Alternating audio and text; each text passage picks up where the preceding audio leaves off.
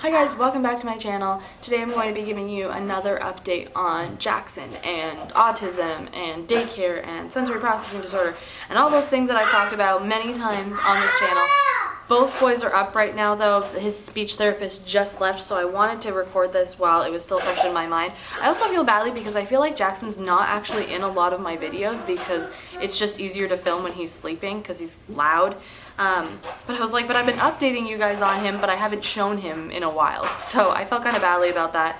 So, and you woke up from a nap earlier than expected. But like I said, we just had Jackson's speech therapist here, which was great. We love her. He's doing pretty well. He's also in daycare, like I mentioned, and so things are going really well with that as well. He's getting a lot better at just like listening and obeying little simple commands. Like we were in the parking lot today, and instead of running off into the parking lot when I said, okay, let's go to the car, he went to the car, which like even a couple of months ago, probably wouldn't have happened. Like he's making great strides with that. In the beginning when we'd see videos of him at daycare, he'd be kind of running around while the lady was doing music time, and now he'll sit and he'll listen to music time, which is great. So he's making tremendous strides as far as daycare goes. He doesn't cry when we drop him off anymore. Another update is tomorrow we are going and getting his adenoids checked out because we really think that he needs to have them removed. I gave an update in like the first video when I talked about autism, about how we started doing Flonase on in his nose and hopefully the steroids were going to shrink the adenoids. Didn't work. Didn't make even the smudginess of a difference. Like didn't help at all. So we're going back tomorrow and hopefully we can get them removed. Not tomorrow, but hopefully we can get a time to get them removed because it's getting out of control. He breathes like Darth Vader and I hate it.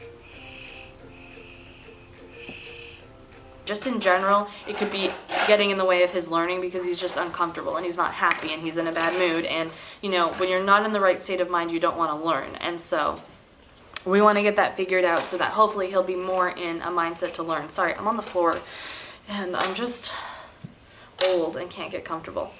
So, like I said, he just had speech therapy today, and things have been going decently well. We're working on imitation and taking turns. Those are the two things that he's really struggling with that are getting in the way of him learning speech.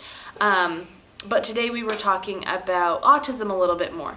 And he originally, and I said this in, I think, the last video where I gave any kind of update, which was a small update, he was going to have 4 occupational therapy sessions a month and 1 speech therapy session a month.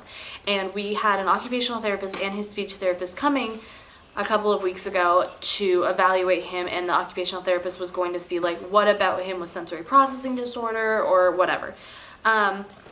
The occupational therapist ended up getting a flat tire and wasn't able to make it, and so just the speech therapist came. And the speech therapist came in and she said that she doesn't think that he needs occupational therapy. She's not worried about it too much. She thinks that just doing speech therapy will be enough for him and he'll learn and he'll soar once he gets like the imitation and taking turns thing under wraps. Once we get that figured out, she really thinks he'll do well. And so she just said, how about instead of, 5 therapy sessions a month, 4 occupational therapy and 1 speech therapy, we just do 1 speech therapy session a week and do 4 a month, which was great. Like it was obviously really reassuring to know that like she didn't think it was important enough for him to have occupational therapy to learn. Like that's obviously really reassuring. She said that there are probably a couple of little occupational therapy type things that she's going to incorporate into speech therapy, but not enough that he needs an entire speech therapist, and he needs not enough that he needs an occupational therapist, especially not once a week. So that was really reassuring. But today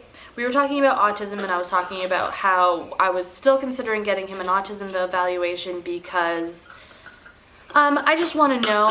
I think it will help a lot with patience. It'll help a lot with like little things like the way that we teach him, the way that we act with him. But I think patience is a big one, and I think it's just good to know in general. It's super expensive. It was like $1,200 here where I looked, and it was just getting out of hand, and especially if we need to get his adenoids removed, like we already have medical bills. Hey, can you say hi? What's your name? How old are you? You're 2? 2. Can I have kisses? Okay, bye.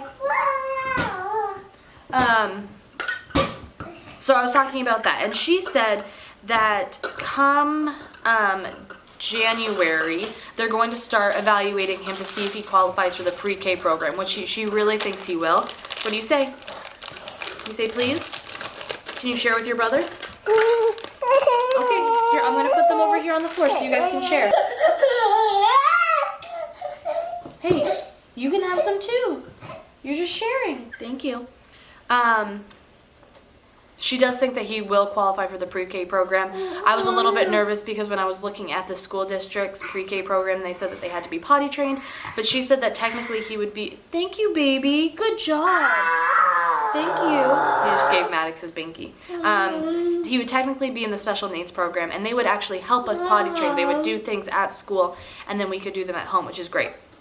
So she thinks that he will qualify for the pre-K program, which means that we'll probably take him out of daycare come like January, because they don't just like wait until the next school year to start, they put them in right away. So come March he'll be in it anyway. When they start that evaluation process to see if he qualifies for pre-K, they will also do a free autism evaluation, which is great, so we don't have to worry about doing that ourselves. So come like probably late January, they're going to start doing an autism evaluation. That's kind of a long process because they really like to see him in different aspects. They like to go where he's playing and see how he interacts with other kids. There's a few steps to the process. What's wrong? Hey, you have to share. You have to share. Please don't throw. She said, the speech therapist who deals with autistic kids, says that most likely what Jackson has is something called PDD-NOS, which basically is that he's on the spectrum, but isn't on the spectrum enough to even qualify as having autism. So he like very well wouldn't even get an autism diagnosis, but he does have symptoms. It's basically like the symptoms without the diagnosis.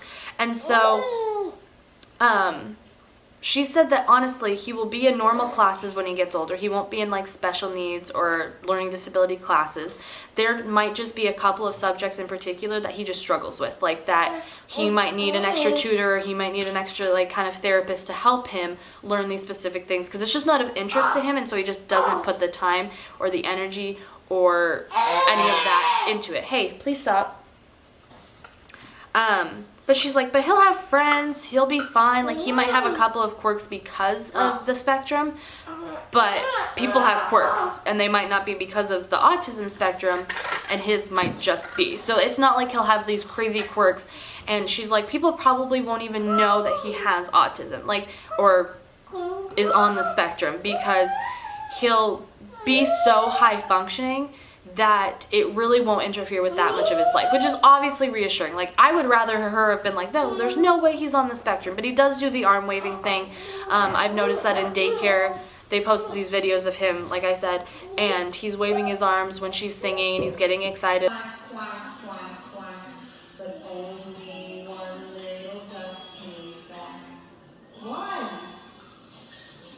little duck went out one day. So that's still kind of a stimming thing that's been going on, which he's starting to do it less because he's starting to think of other ways to do things. For example, when he's excited about something, he'll point or he'll say things, and he's just starting to think of other ways to get excited and to show that he's excited rather than just his arm waving thing. So it is starting to decrease how often he does it and how, like, the amount of time that he does it, which is obviously reassuring because I'd like for that to just disappear altogether eventually, obviously. So things are obviously getting better. He is learning more words, he's learning how to listen a little bit better, but most likely what he has is PDD-NOS. So obviously it's reassuring in the sense that like he doesn't straight up have autism. Like, that's obviously reassuring. It's really reassuring to know that like he won't stand out as the autistic kid. Like, people probably won't even know.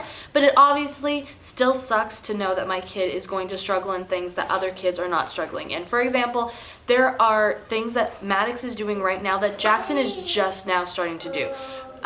Communication in general has been kind of an issue for Jax in the sense that like when he wanted something, he'd just scream. He didn't go to the fridge when he wanted an applesauce, and he didn't go and get a snack and bring it to me when he wanted one. He would just scream, and I had to figure out what it is. He's now getting to a point where he will go and he'll get a snack and he'll bring it to me and say help because he wants me to open it.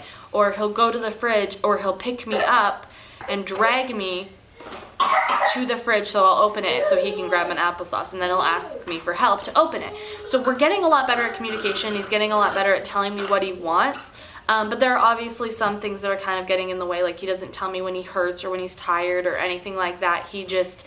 But it's getting better. The thing is, though, Maddox is already at the point where he's bringing me things when he wants them, and he's asking me for help in that way. Like, he's handing them to me and he wants it, and he's shoving it in my face and asking for help. We're already getting to that point with Maddox, and he's only 1, and so it's starting to make me realize that there were things that Jackson just wasn't doing that I didn't notice. Like, I didn't know that that was something he should be doing because he was my first kid, and I just didn't realize that there was that disconnect, and they did when they initially came. So it's interesting to see that Jackson just needed more of a push, and for Maddox, it's coming a lot more naturally than it did for Jackson.